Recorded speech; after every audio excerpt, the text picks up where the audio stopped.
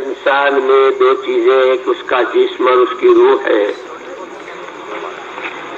لیکن آج تک کسی کو اپنی روح نظر نہیں آئی۔ سر سے پیر تک کا سارا ظاہری جسم نظر آتا ہے، لیکن آنکھوں کا دیکھنا، کانوں کا سننا، ہاتھوں پیروں کی حرکت، سر سے پیر تک کے تمام اعضاء کی حرکت کا دار و مدار جو ہے وہ روح پر ہے، جو روح نظر نہیں آتی۔ ایسے ہی یہ بڑے بڑے آسمان، زمینیں، چاند، سورج، ستارے، دریائیں، پہاڑ، سمندر، حکومتیں، دولتیں، کارخانے، فیکٹریاں، یہ جو کچھ سارا نظر آ رہا ہے، اصل اس سب کے پیچھے اللہ کا غیبی نظام ہے۔ اور اسی لیے انبیاء کرام علیہم الصلاۃ والتسلیمات نے ہر زمانے میں اپنی قوموں کو، اپنی امتوں کو بار بار بہت پیار سے، بہت شفقت سے، بہت ہی خیر خواہانہ انداز سے ان مغیبات کی طرف متوجہ کیا ہے۔ یا ایھا الناس ان وعد اللہ حق فلا تغرنکم الحیاۃ الدنیا ولا یغرنکم باللہ الغرور۔ یہ جتنا تمہیں جو کچھ چمک دمک نظر آ رہی ہے، جتنی اچھل کود نظر آ رہی ہے، یہ چیزیں تمہیں دھوکے میں نہ ڈال دے۔ اصل اس سب کے پیچھے اللہ کا غیبی نظام ہے۔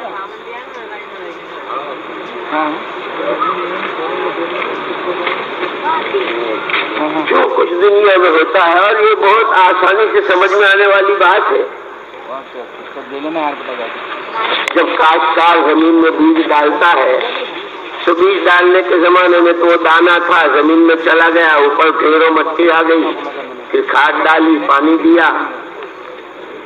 لیکن جس دن سے وہ بیج ڈالا جاتا ہے اسی دن سے پردہ غیب میں وہ بننا شروع ہو جاتا ہے۔ اللہ کا غیبی نظام حرکت میں آتا ہے۔ میاں بیوی کی اس رات کی ملاقات، جس ملاقات میں نطفہ قرار پاتا ہے رحم مادر میں،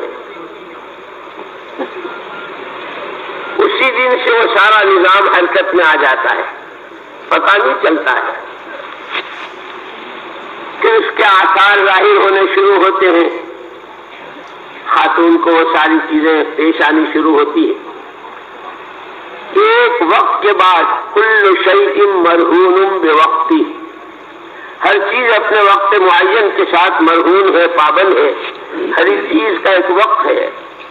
جب وہ وقت پورا ہو جاتا ہے تو ایک بھلا چنگا خوبصورت سا بچے کی شکل میں وہ ساری سامنے آتی ہے، غلے کی شکل میں، پھلوں کی شکل میں، امرود ہے، ناشپاتی ہے، سیب ہے، انگور کے خوشے ہیں، غلے ہیں، میوجات ہیں، یہ ساری چیزیں بعد میں وجود میں آتی ہیں اور سامنے آتی ہیں۔ ہونا اسی دن سے شروع ہو گیا تھا۔ ایسے ہی آدمی 24 گھنٹے کی زندگی میں، وہ رات کی تاریکی ہو، دن کا اجالا ہو، وہ سڑک پہ ہو، گھر کے کونے میں ہو، اپنے آفس و دفتر میں ہو، مسجد کے کونے میں ہو، مسجد سے باہر ہو، زندگی کے کسی شعبے میں ہو، جب اس کی زبانوں کے بول، اس کے کانوں کی شنوا، اس کے ہاتھوں پیروں کی حرکت، جب یہ حرکت ہوتی ہے تو انسان کے اعضاء کی حرکت سے عمل تیار ہوتا ہے۔ وہ عمل دو حال سے خالی نہیں ہوتا، یا وہ عمل اچھا ہے یا وہ عمل برا ہے۔ آدمی زبان سے بولا تو اب یہ بول وہ ہے کہ جو آسمانوں میں جا کر کے عرش الہی کے سامنے کے نورانی ستون کو بھی حرکت میں لے آتا ہے۔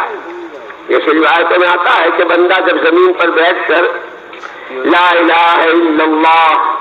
محمد رسول اللہ کہتا ہے تو وہ سیدھا آسمانوں کی بلندیوں میں جاتا ہے۔ عرش الہی کے سامنے جو نورانی ستون ہے اس میں جنبش و حرکت پیدا کر دیتا ہے۔ خود حق تعالیٰ شان فرماتے تھم جا، وہ کہتا ہے کہ کیسے تھموں، ابھی زمین پر بیٹھ کر اس کلمے کے پڑھنے والے کی مغفرت کا اعلان نہیں ہوا۔ حق تعالیٰ شان اس کی مغفرت فرما دیتے ہیں، بخشش فرما دیتے ہیں۔ تو زبان کا بول جس طرح یہ اچھا بول ہے، انسان کی موافقت میں حرکت میں لاتا ہے۔ ایسے ہی بعض بول وہ ہوتے ہیں، اس لیے جو حدیث میں نے پڑھی تھی نبی اکرم صلی اللہ علیہ وسلم نے فرمایا کہ جو آدمی مجھے دو چیزوں کی ضمانت دے دے میں اس کو جنت کی ضمانت دیتا ہوں۔ ایک وہ جو اس کے دو جبڑوں کے بیچ میں ہے یعنی زبان، اور ایک وہ جو اس کی دو ٹانگوں کے بیچ میں ہے یعنی شرمگاہ۔ جو ان دونوں کی ضمانت مجھے دے دے میں اسے جنت کی ضمانت دیتا ہوں۔ اور عربی میں ایک محاورہ ہے، کہاوت ہے، جیسے اپنے اردو میں بھی ہوتی ہے کہاوت میں۔ زبان کے لیے کہاوت ہے کہ جرمہ صغیر و جرمہ کبیر، کہ زبان کا جسہ اس کی حید بہت چھوٹی سی، لیکن جرم اور پاپ اس کے بڑے بڑے، کہ ایک ہی بول ہوتا ہے یہاں سے لے کے وہاں تک، ایک انتشار خلفشار لڑائیاں جھگڑے قتل و غارت ایک بول ہے، اور ایک بول ہے کہ یہاں سے لے کے وہاں تک سارے ٹوٹے ہوئے دل جڑ جائیں۔ جیسے نکاح طلاق کیا ہے، کس کی لڑکی کون سا لڑکا، جان نہ پہچان، آپس میں بات ہوتی ہے، رشتہ داری طے ہوتی ہے، اب یہ کہتا ہے میں نے قبول کی، جتنے لڑکی کے رشتہ دار ہیں سب اس کے رشتہ دار ہو گئے، اور جتنے لڑکے کے رشتہ دار ہیں سب ان کے رشتہ دار ہو گئے۔ لیکن اس کے مقابلے میں طلاق کا لفظ کہ جتنے دل جڑے تھے، جتنے رشتے قائم ہوئے تھے سارے ٹوٹ گئے، اور ساری محبتیں عداوتوں سے بدل گئی، دل پھٹ گئے، ایک دوسرے سے نفرت، ایک دوسرے سے عداوت، یہاں تک کہ جان لیوا ہو گئے، کہ ایک زبان کا بول تھا۔ تو آدمی کا جسم جب بھی کبھی حرکت کرتا ہے، وہ گھر میں، بازار میں، دفتر میں، اپنوں میں، مسجد میں، باہر پرایوں میں، اجالے میں، اندھیرے میں، جب بھی انسان کا جسم حرکت کرتا ہے تو اس سے عمل وجود میں آتا ہے، اور وہ عمل دو حال سے خالی نہیں، یا وہ اچھا ہوگا یا وہ برا ہوگا۔ اب اللہ پاک کے فرماتے ہیں کہ ان وعد اللہ حق، ہمارے جتنے وعدے ہیں، ہماری جتنی وعیدیں ہیں وہ حق ہیں۔ اچھے بولوں پر، اچھی نظروں پر، اچھے قدموں پر، اس آدمی گھر سے مسجد کے ارادے سے چلتا ہے تو فضائل کی کتابوں میں ہے، ہر قدم پر کتنے آدمی بازار میں گزرتے ہیں چوتھا کلمہ پڑھتا ہے، کتنی نیکیاں ہیں، وضو کرتا ہے چوتھا کلمہ پڑھتا ہے، تسبیح پڑھتا ہے، ایمان کا کلمہ پڑھتا ہے، کسی کو ایمان کی دعوت دیتا ہے، آخرت کے تذکرے کرتا ہے، جنت دوزخ کے تذکرے کرتا ہے، قبر حشر کے تذکرے کرتا ہے، زبان سے یہ بولتا ہے کہ یہ سارے اچھے اعمال ہیں۔ غیبت ہے، چغلی ہے، بہتان ہے، الزامات ہے، کسی کے دو کڑوے بول ہیں، کہ جو بھی حرکت ہوتی ہے جس میں انسانی کی اس پر عمل بنتا ہے۔ ان عملوں پر وعدے بھی ہیں اور وعیدیں بھی ہیں۔ اگر اچھے اعمال ہیں تو وعدے ہیں، برے اعمال ہیں تو وعیدیں ہیں۔ لیکن جس طرح کاشتکار بیج ڈالتا ہے وہ اس کے بعد نظر نہیں آتا اندر کیا ہوتا ہے، وہ اللہ کا غیبی نظام ہے۔ ایسے ہی بندہ جب عمل کر کے فارغ ہو جاتا ہے تو وقتی طور پر کوئی شکل نظر نہیں آتی۔ اس لیے شاہ ولی اللہ صاحب رحمۃ اللہ علیہ نے تو بہت عام فہم انداز سے ان پڑھ سے ان پڑھ آدمی سمجھ سکتا ہے آخرت کو، جنت کو، وہاں کی نعمتوں کو، عذاب کو، جہنم کو، وہاں کی سزاؤں کو بہت آسان اور ایک عام فہم انداز سے مثال دی کہ سکرات میں آسانی یا سختی، قبر جنت کی کیاری یا جہنم کا گھڑا، ان سراج سے بجلی کی طرح پار ہونا یا آنکھوں میں پھنس کر جہنم میں گرنا، نامہ اعمال کا سیدھے ہاتھ میں ملنا یا الٹے ہاتھ میں ملنا، جنت اور جنت کے اندر کی حورے غلمان کھانے جوڑے گھوڑے توڑے، جہنم وہاں کے سانپ بچھو فرشتوں کے کوڑے ہتھوڑے، یہ جتنی چیزیں جو قرآن و حدیث میں بیان کی گئی ہیں، یہ سب انسانوں کے اعمال کی بدلی ہوئی شکل ہے۔ اسی لیے اصل اعمال کا، اچھے اعمال کا جو بدلہ ہے وہ آخرت میں، بدعملیوں کی جو سزا ہے وہ بھی آخرت میں۔ دنیا میں تو چونکہ حق تعالیٰ شانہ کو اپنی مخلوق سے بہت محبت ہے، جیسے حدیث پاک میں آتا ہے الخلق عیال اللہ، مخلوق پوری کی پوری اللہ کا کنبہ ہے۔ آدمی کے 2 بچے 3 بچے 5 بیٹے، کوئی بیٹا مانتا ہے کوئی کم مانتا ہے، کوئی بہت شریر ہے شرارتیں کرتا ہے، بار بار اس کے بارے میں شکایتیں آتی ہیں ابا اماں کے پاس گھر میں، تو اس کی تعلیم تربیت کا انتظام کرتے ہیں، اس کو سمجھاتے ہیں، کبھی آنکھ دکھا کر، کبھی ہاتھ دکھا کر، کبھی ایک رسید کر کر مختلف راستوں سے سمجھاتے ہیں۔ ظہر الفساد فی البر والبحر بما کسبت ایدی الناس، ظہر الفساد فی البر والبحر بما کسبت ایدی الناس لیذیقہم بعض الذی عملوا لعلہم یرجعون، کہ جتنا بگاڑ، جتنا فساد، جتنی بے چینی، جتنی بدامنی، جتنی پریشانی، جتنی حیرانی، جتنی سرگردانی جو کچھ نظر آ رہی ہے، آدمی کو اپنی ذات میں، اپنے خاندان میں، اپنی گلی میں، اپنے کوچے میں، اپنے محلے میں، اپنے شہر میں، اپنے صوبے میں، اپنے ملک میں، عالم کے بر اعظم میں، 5 بر اعظم میں، کہ جو کچھ نظر آتا ہے یہ سب انسانوں کے اپنے ہی اعمال کا نتیجہ ہے۔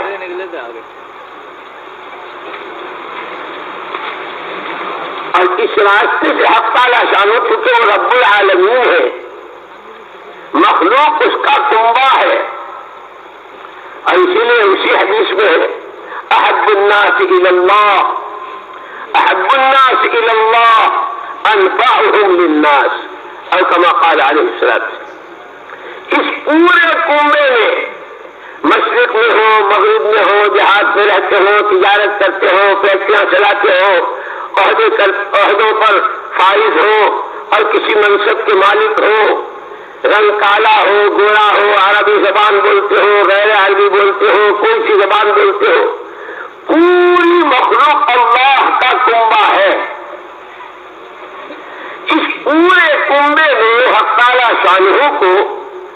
سب سے زیادہ پیارا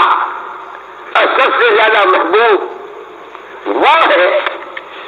جو اللہ کے بندے کو، جو اللہ کے کنبے کو نفع پہنچاتا ہو،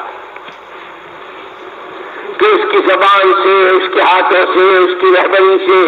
اس کی سوچ سے، اس کے دماغ سے، اس کے معاشرہ تیار کرنے سے، اس کے معاملات کی صفائی سے، اس کے لوگوں کے ساتھ کے بھلے اور اچھے برتاوے سے، کہ لوگوں کو رہبری ملتی ہو۔ اسی لیے اس امت کی جو امتیازی شان ہے، قرآن نے تو خود اس امت کو بہت اونچا بیان کیا ہے، کنتم خیر امتی، امتیں بہت گزری ہیں، حضرت آدم علیہ نبینا علیہ الصلوۃ والتسلیم سے لے کر حضرت عیسیٰ علیہ الصلوۃ والتسلیم تک کتنے نبی، کتنے پیغمبر، اور ہر نبی کی امت کہ امتیں بہت گزری ہیں، اور مختلف شکلوں اور مختلف نوعیتوں کی۔ کسی امت کے پاس، کسی قوم کے پاس قومی طاقت ہے، کسی پہ دولت ہے، کسی پہ حکومتیں ہیں، کسی پہ صنعت و حرفت ہے، کسی پر زمیندارہ ہے، مختلف چیزیں، لیکن اس امت سے کہا گیا ہے کہ جتنی بھی امتیں گزری ہیں ان سب میں تمہارا سر امتیاز اور تمہاری شان سب سے اونچی ہے۔ اور اسی لیے کہا ہے ان تتقوا اللہ یجعل لکم فرقانا ویکفر عنکم سیئاتکم، اگر تم اپنے منصب کو سمجھو، تم اپنے فریضے منصبی کو ادا کرو، وجود اس امت کا، اس امت کے ہر فرد کا دنیا میں کیوں ہے؟ شک کھانا پینا پہننا اوڑھنا سونا جاگنا شادی بیاہ غم خوشی یہ انسانی ضرورتیں ہیں، اس سے انکار نہیں، کسی نبی کی شریعت میں اس سے انکار نہیں، ہر ایک کے یہاں اس کی رعایت، لیکن یہ مقصد نہیں بتایا۔ جس نے کلمہ پڑھا ہے لا الہ الا اللہ محمد رسول اللہ، وہ محمد رسول اللہ صلی اللہ علیہ وسلم کا امتی ہے، وہ دنیا کے کسی کونے میں رہتا ہو اور کچھ ہی کرتا ہو، لیکن مقصد کے طور پر اسے بتایا ہے کہ خبردار خبردار اس آسمان کی چھتری کے نیچے اور زمین کے فرش پر تمہارا وجود اپنی ذاتی زندگی صحیح گزارتے ہوئے خدا کی مخلوق کی رہبری یہ تمہارے وجود کا مقصد ہے۔ اب وہ تمہاری رہبری تمہارے کاروبار کی صداقت و امانت کے راستے سے ہو، تمہاری شادیوں کی سادگی کے راستے سے ہو، تمہارے پڑوسیوں کے حقوق کو پہچان کر ادا کرنے کے راستے سے ہو، بڑے کا اکرام چھوٹے پر شفقت کے راستے سے ہو، کسی کے لیے دو میٹھے بول بول دینے کے راستے سے ہو، کہیں کوئی پریشان حال ہے اس کے لیے دو آنسو بہا کر تنہائی میں دعا کے راستے سے ہو، کیونکہ اللہ تو سب جانتا ہے کون کس کے لیے روتا ہے، کون کس کے لیے روتا ہے اور کون کس کو رلاتا ہے۔ یاد رکھنا کون کس کے لیے روتا ہے۔ اے اللہ یہ مشرق مغرب کے درمیان تیری پھیلی ہوئی مخلوق اگر اس نے تجھے نہ پہچانا، اس لیے کہ تمام نبی اور تمام پیغمبر علیہ الصلوۃ والتسلیمات کی پہلی آواز اپنی امتوں کے لیے لوگوں اللہ کو پہچانو، اللہ کون، اللہ کو پہچانو، اللہ کون۔ ہر نبی نے سب سے پہلے اپنی قوموں اور امتوں کو اللہ کا تعارف کرایا ہے، اور لکھا ہے علماء نے کہ بحیثیت انسان ہونے کی، بحیثیت انسان ہونے کی سب سے پہلا فرض اپنے خالق، اپنے مالک، اپنے پالنہار کو پہچاننا یہ انسانیت کا پہلا سبق ہے۔ لیکن جانور کے لیے تو کچھ اسی لیے یہاں تک لکھا ہے کہ ایک ہے انسانی زندگی اور ایک ہے حیوانی زندگی، کہ حیوانی زندگی میں کہ جانور جس دن سے مادہ کے پیٹ سے پیدا ہوتا ہے مرتے دم تک جہاں چاہے راتیں گزار لے، جہاں چاہے دن گزار لے، جہاں کی چاہے گلی میں، جس کے چاہے گھر میں، جہاں کے چاہے بچے کی ہاتھ کی روٹی چھین لے، منہ مار لے، جانور ہے کہ اس کے لیے شریعت حلال حرام جائز ناجائز جنت جہنم عذاب قبر ثواب قبر جانور کے لیے کچھ بھی نہیں ہے، کہ جانور کے لیے تو مادہ کے پیٹ سے پیدا ہونے سے لے کر مٹی کا ڈھیر ہونے تک مرتے دم تک کوئی حکم نہیں ہے، جانور ہے اسے دن پورے کرنے ہیں۔ اسی لیے قرآن ایسے انسانوں کو انسان کہنے کو تیار نہیں ہے کہ جن کی زندگی میں خوف خدا نہیں، جن کی زندگی میں فکر آخرت نہیں، جن کے یہاں اچھے برے اعمال کی تمیز نہیں، جس کے یہاں کسی کا حق پہچان کر ادا کرنا نہیں، جب چاہا جہاں چاہا جو چاہا وقت کے اعتبار سے، مال کے اعتبار سے، صلاحیتوں کے اعتبار سے، کہ صلاحیتیں اللہ نے انسانوں میں بہت رکھی ہے۔ اِنَّا عَرَضْنَا الْأَمَانَةَ عَلَى السَّمَاوَاتِ وَالْأَرْضِ، صلاحیت تو اتنی زبردست ہے کہ کیا بیچتے ہیں آسمان اور کیا بیچتے ہیں زمینیں، باوجود اپنے تمام طول و عرض کے، باوجود اپنی تمام لمبائی چوڑائی کی، جو استعداد اور صلاحیت اللہ نے انسان میں رکھی ہے، وہ اللہ جو خالق کائنات ہے، رحمان ہے، رحیم ہے، حنان ہے، منان ہے، بدیع السماوات والارض ہے، قیام السماوات والارض ہے، زین السماوات والارض ہے، اس کے لیے محمد رسول اللہ صلی اللہ علیہ وسلم سجدے میں، رات کی تاریکی ہے، تہجد کا وقت ہے، آپ کا سجدہ ہے، اور آپ کیا کہیں لا احصی ثناء علیک، لا احصی ثناء علیک، انت کما اثنیت علی نفسک، تیری حمد و ثنا تو کوئی کر ہی نہیں سکتا، میں بھی اس کا احسان نہیں کر سکتا، تو ایسا ہے جیسا ہے اپنی شان میں، کہ وہ اللہ وہ راضی ہو جائے، اس سے تعلق پیدا ہو جائے، اس کا قرب حاصل ہو جائے، اور پھر خدا اپنی خدائی کے ساتھ اس بندے کے ساتھ ہو جائیں۔ اتنی زبردست استعداد انسان کی، کیا لکڑی دو ٹکڑوں کو جوڑ کے کرسی بنا دیا، یہ انسانی صلاحیتوں کا خلاصہ ہے، اور جو لوہے کے ٹکڑوں کو جوڑ کر کے مائک بنا لیا انسانی صلاحیتوں کا نتیجہ ہے، یا یہ گولا جلا دیا، وہ ڈنڈا جلا دیا انسانی صلاحیتوں، یہ تو بہت معمولی چیزیں ہیں۔ یہ زمینوں کے ٹکڑوں پر، تھوڑے سے ٹھکروں پر، تھوڑے سے چتروں پر، تھوڑے سے لکڑوں پر، تھوڑے سے لکڑی کے ٹکڑوں پر، کچھ لوہے کا، کچھ تانبے پر، کچھ چاندی پر، کچھ سونے پر، کچھ زمین کی مٹی پر صلاحیتیں لگا کر کے یہ شکل اور یہ شکل، یہ فرنیچر اور یہ سامان، یہ تو بہت معمولی چیزیں ہیں جس پر انسان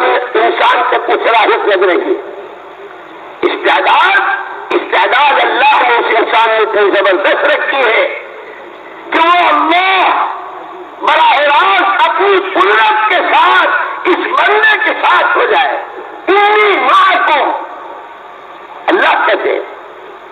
انی معکم، میں ہوں تمہارے ساتھ، لئن اقمتم الصلاۃ وآتیتم الزکاۃ، اگر تم نے جان و مال کا استعمال صحیح کر لیا، نمازیں قائم کر لی، زکات دے دی، کا مطلب اتنا نہیں ہے کہ فرض ادا کر لیا، اسی لیے وہ کہتے ایک ہے یہ عبادات اور ایک ہے ان عبادات کا مزاج، کہ اصل مزاج عبادت پر آنا ہے۔ ابھی رمضان مبارک گزرے ہیں کہ روزہ کیا ہے کہ صبح صادق سے لے کے غروب آفتاب تک منع کی ہوئی چیزوں سے بچ جانا، کہ روزہ ہو گیا۔ کہ روزے کا مزاج کیا ہے کہ جو مشق 30 دن میں کی ہے، جب کبھی اپنی کوئی خواہش روزے سے ٹکرائی ہے، کھانے کی، پینے کی، بیوی سے ملاقات کی، اور کسی چیز کے دیکھنے کی، سننے کی، بات کرنے کی، جو روزے کو خراب کرتی ہے، جب کبھی کوئی خواہش اپنی روزے سے ٹکرائی ہے اور روزے دار نے بریک لگایا کہ نہیں روزہ خراب ہو جائے گا، روزہ متاثر ہوگا، کہ جو مشق 30 دن میں کی ہے،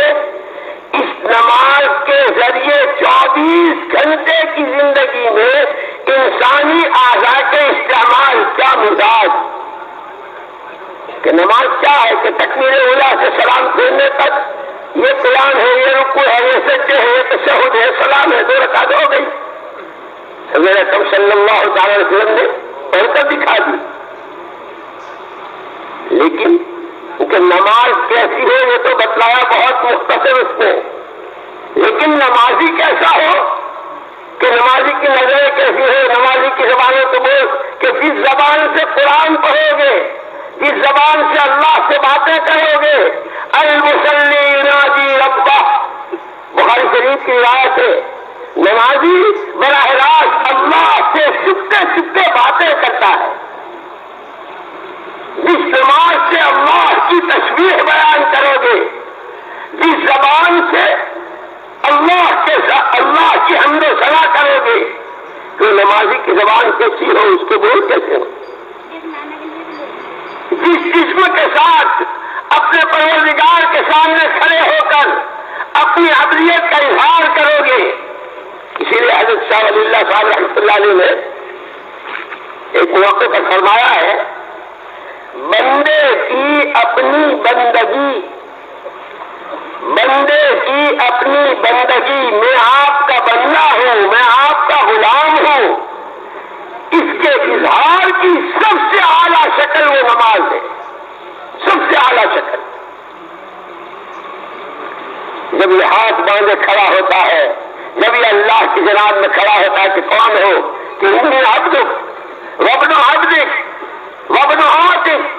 ناصیۃ بیدک ماض فی حکمک عدل فی قضاؤک.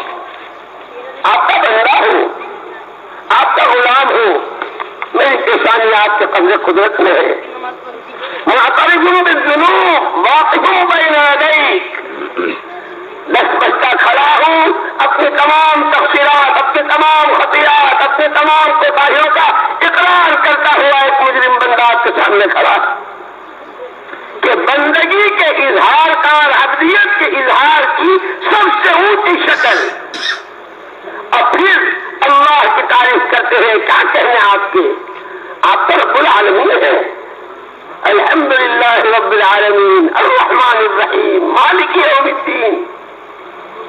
آپ کے کیا کہنے؟ آپ ایسے ہیں، آپ ایسے ہیں، آپ ایسے ہیں. آپ ہی کا حق بنتا ہے. انت حق من ذکر وحق من عبد وانصر من ابتغی. آپ ہی کا حق بنتا ہے کہ سجدے آپ ہی کو کیے جائیں. آپ ہی کا حق بنتا ہے کہ آپ ہی کے سامنے جھکا جائے. آپ ہی کا حق بنتا ہے کہ آپ ہی کے سامنے سر نگو ہوا جائے.